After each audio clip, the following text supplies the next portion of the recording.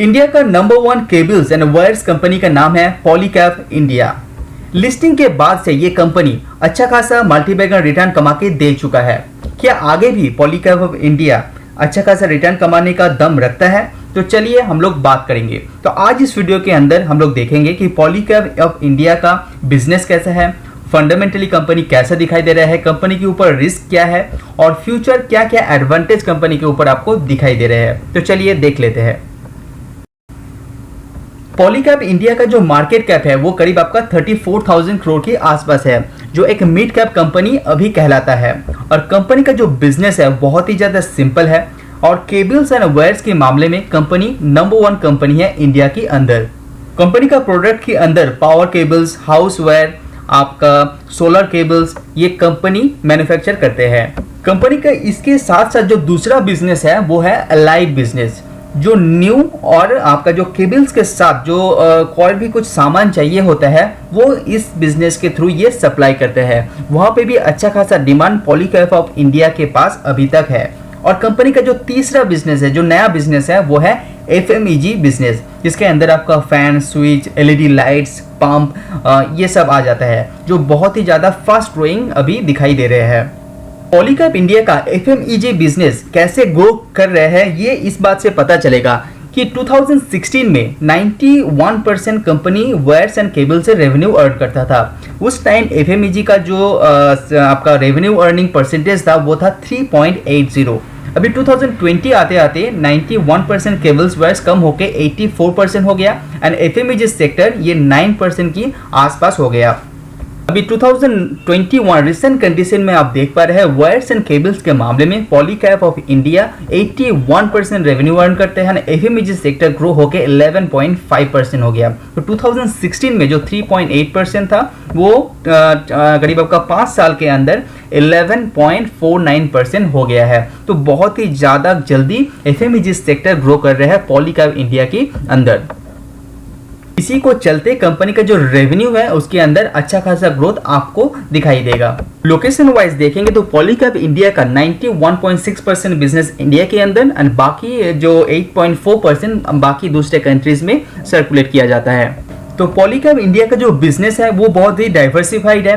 तो रेवेन्यू के मामले में भी कंपनी थोड़ा सा स्टेबल हो जाता है, तो अर्निंग जो विजिबिलिटी है बहुत ही ज़्यादा हाई हो जाता है ऐसा डाइवर्सिफाइड बिजनेस के मामले में। आपको ये बात पता होगा कि इंडियन मार्केट एक कंज्यूमर बेस्ड मार्केट है। इसी के साथ कंपनी का जो डिमांड है वो आगे चल के बहुत ही जल्दी ग्रो हो सकता है। तो हाई डिमांड के चलते यहाँ पे कंपनी का ग्रोथ भी बहुत ही स्ट्रॉन्ग हो सकता है। पॉलीकैब इंडिया जैसे कंपनी बिजनेस आपका जो इसका ब्रांड है वो बहुत ही स्ट्रॉन्ग है, तो इसका फायदा कंपनी को आगे आने वाले दिनों में भी मिल जाएगा, क्योंकि इंडिया के अंदर अनऑर्गेनाइज्ड बिजनेस बहुत ज़्यादा है इस पर्टिकुलर सेक्टर के अंदर। पॉलीकैब इंडिया की बात करें तो 25 मैन्युफैक्चरिंग फैसिलिटी है पूरे इंडिया के अंदर और 3,500 डीलर्स इसका मौजूद है जो डिस्ट्रीब्यूटर कहलाता है और 1,25,000 रिटेल आउटलेट्स इसके पास है जो लगातार इंप्रूव करते हुए आगे बढ़ रहे हैं। तो ईयर ऑन ईयर देखेंगे तो अच्छा खासा ग्रोथ रिटेल आउटलेट्स के अंदर कंपनी ने दिखाया है। पॉलीकैब इंडिया का रिसेंट न्यूज की बात करें तो कंपनी ने 300 करोड़ का कैपेक्स भी 2021 में किया है आगे आने वाली ग्रोथ को देखते हुए। एंड वायर्स एंड केबल्स के मामले में करीब 14% का market share, 13 to 14% market share ये होल्ड करते हैं। लेकिन आपको ये बात पता होना चाहिए कि इंडिया के अंदर अनऑर्गेनाइज्ड सेक्टर बहुत ही स्ट्रॉन्ग है, तो धीरे धीरे वो ऑर्गेनाइज प्लेयर के ऊपर आ जाएगा। तो इसका फायदा पॉलीकैब इंडिया जैसे लीडिंग कंपनी को मिलने ही वाला है।